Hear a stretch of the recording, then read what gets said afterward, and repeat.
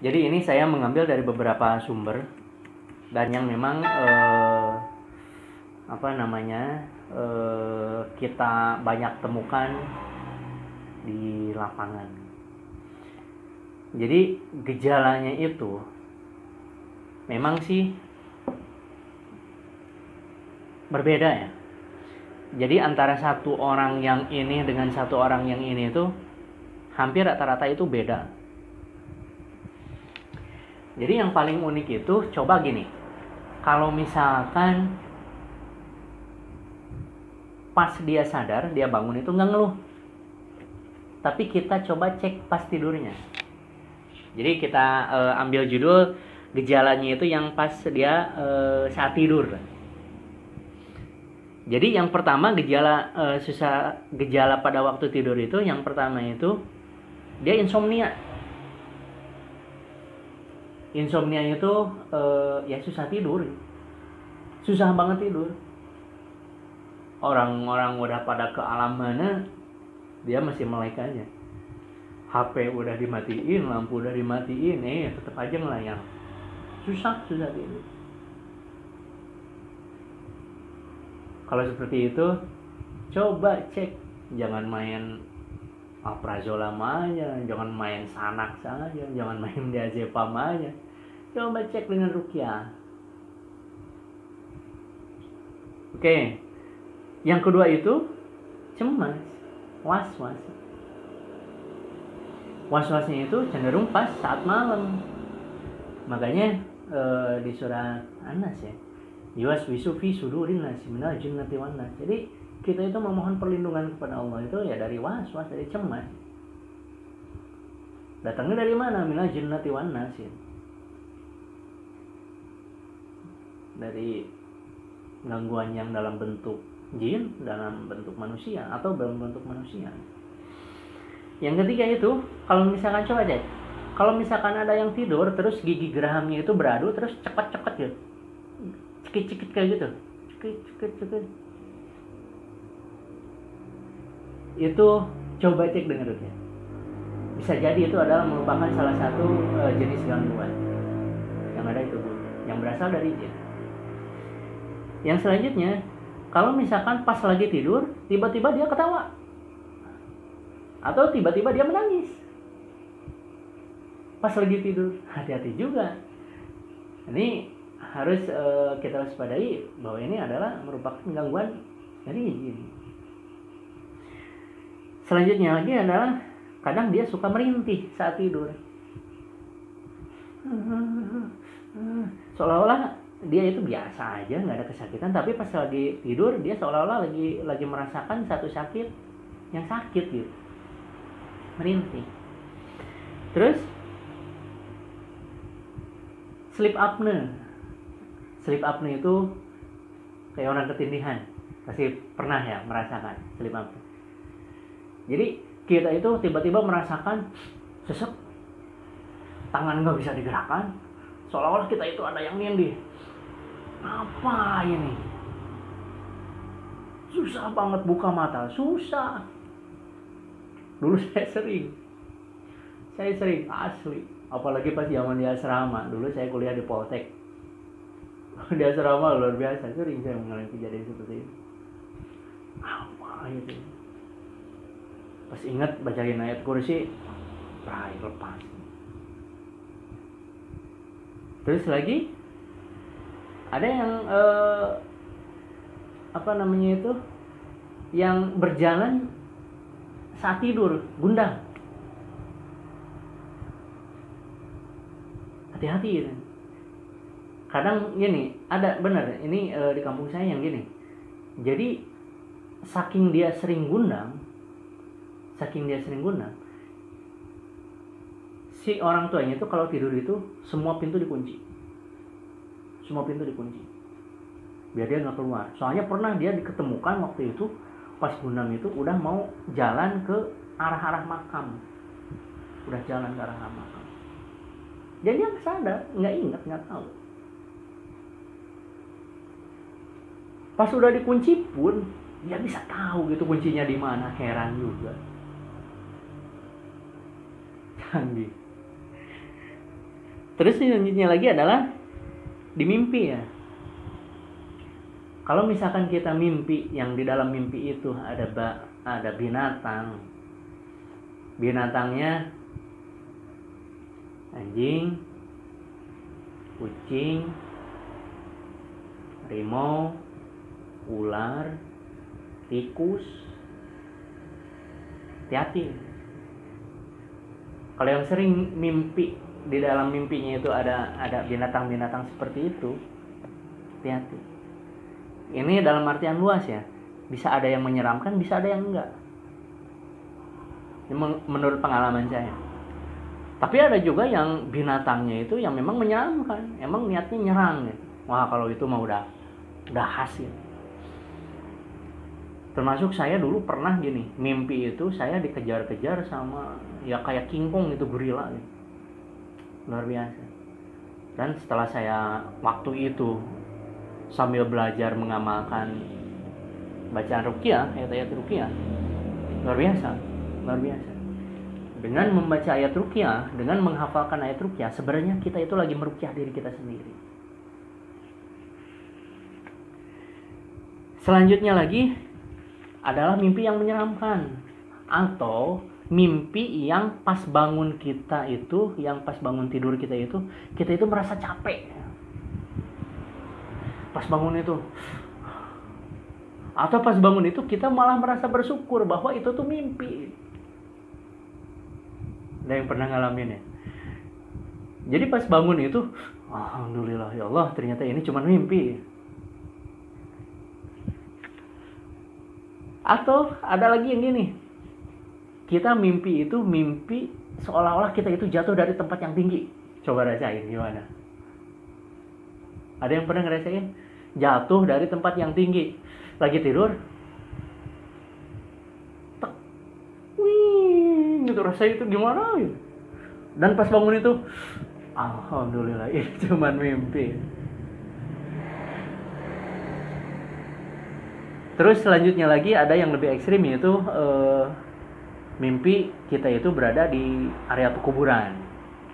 Nah, ini udah khas masuk ke area-area sihir ya, kalau yang ini. Atau mimpi lagi melihat hantu, menyeramkan. Nah, ini udah khas. Kalau Anda seperti itu, jangan dibiarkan lama lagi. Ruqyah mandiri dulu. Kalau memang ruqyah mandiri kurang greget, kayaknya kurang, ya teh apa gitu, sayangnya takut masih kurang gitu, datanglah peruqyah. Datangi peruqyah. Terus lagi ada gejala yang pas kita itu bangun. Tadi mah pas tidur, sekarang yang pas kita itu lagi terjaga gitu, pas kita lagi bangun. Yang pertama itu, ada nggak yang ngerasa itu kepalanya itu pusing nggak ya? Udah datang ke dokter saraf ini tetap aja pusing, ke dokter ini tetap aja. Paling sembuhnya itu cuma 2 hari 3 hari, setelah itu datang lagi, tensinya normal, kolesterol normal, asam urat normal, gula darah normal. Kalau seperti itu, cek dengan ruqyah. Kemarin belum lama ini saya mendapatkan pasien yang dengan migrain menahun, udah 3 tahun. Udah ke dokter saraf, udah kemana ya. Dan saat dilakukan ruqyah langsung bereaksi. Setelah keluar, alhamdulillah nyampe sekarang aman. Subhanallah. Terus yang kedua itu, nah ini, selalu berpaling dari zikrullah, dari ingat kepada Allah. Contoh lah, ambil contohnya sholat lah, yang gampang. Harusnya pas kita mendengar suara azan itu, harusnya kita itu langsung klik, ini udah waktunya. Atau yang lebih canggih itu, ya sebelum waktu azan itu kita itu udah siap-siap. Wah, ini udah mau deket-deketnya waktu azan, udah siap-siap. Tapi ini enggak. Jadi seolah-olah itu berat banget. Mau ngaji itu berat banget. Sebelum ngaji mah, mata itu luar biasa gitu. Tapi pas baca Al-Quran, baru setengah halaman juga kayaknya udah mau kayaknya ada yang nari gitu. Kalau seperti itu hati-hati. Jangan-jangan ada jin, ada setan yang menghambat ibadah kita. Terus selanjutnya lagi, linglung pikiran. Jadi linglung itu lebih cenderung apa ya? Kok saya di sini? Atau misalkan saya itu mau ngerjain apa ya? Atau misalkan lagi kesini, inget dia itu mau ngambil pulpen gitu misalkan. Pas udah jalan, pas mau ngambil pulpen, tiba-tiba blank gitu, lupa. Duh, saya di sini mau ngapa ya? Pernah nggak ada yang gitu? Kalau ada yang seperti itu, hati-hati. Hati. Jangan-jangan itu adalah gangguan jin. Selanjutnya, gampang lemes, letih, lesu yang nggak ada sebabnya. Kalau misalkan lemes habis jaga malam misalkan, wajar. Tapi ini emang nggak ada sebab, tidur cukup, makan cukup, minum vitamin pula. Tapi kok lemes aja ya? Hasil lab normal. Hati-hati.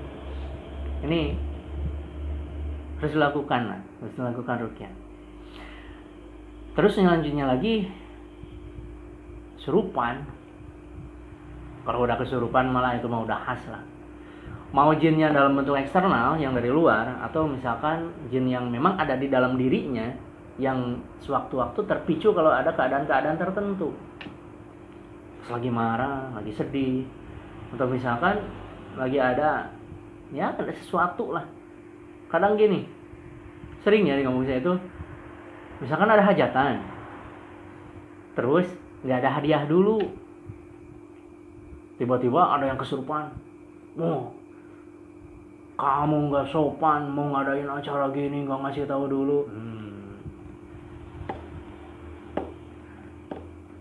Oke ya, nanti kita bahas yang gitu mas, di pembahasan yang lebih lanjut. Terus ada sakit di bagian badan yang sakitnya itu ya gitu, udah berobat ke dokter, udah kemana, nggak sembuh-sembuh. Ini kebetulan saung kami ini dekat dengan kompleks Bulog ya. Jadi di sana itu kan ada bongkar muat bongkar muat padi dan beras. Ada karyawannya, dia itu mengeluh di sebelah sininya sakitnya itu yang benar-benar nggak hilang. Udah ke tukang urut beberapa kali nggak hilang. Sehingga datanglah ke sini mau nyoba. Ya bismillah. Yang pertama kita lakukan bekal kedua ruqyah. Alhamdulillah. 5 hari kemudian dia datang lagi ke sini. Tapi bukan dia yang mau berobat, tapi dia bawa keluarganya. Mau berobat juga. Berarti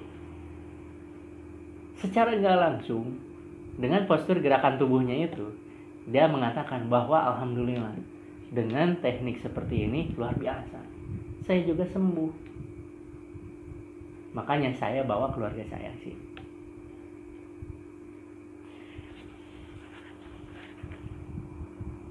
Ini masih banyak ya bahasan itu.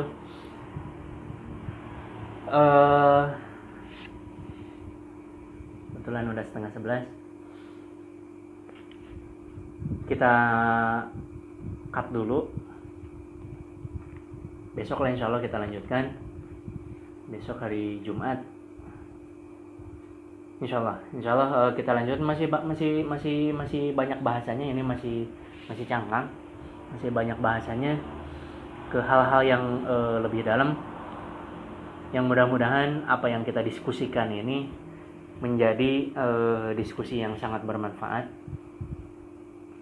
Apa yang kita bahas ini menjadi sesuatu yang bisa jadi saksi nanti di yaumil akhir bahwa saya pribadi telah menyampaikan sesuatu yang saya tahu, yang mudah-mudahan ini menjadi ilmu yang bermanfaat, menjadi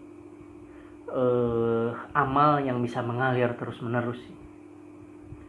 Sekali lagi saya mohon maaf bila ada kata-kata yang kurang pas, yang salah murni dari kebodohan saya pribadi, yang benarnya dari Allah Subhanahu wa taala. Insyaallah kita ketemu lagi nanti di uploadan selanjutnya. Mudah-mudahan semuanya diberikan kesehatan, semuanya diberikan rezeki yang banyak oleh Allah Subhanahu wa taala, dan semuanya diberikan keberkahan. Amin Allah ya Allah ya rabbal alamin. Assalamualaikum warahmatullahi wabarakatuh.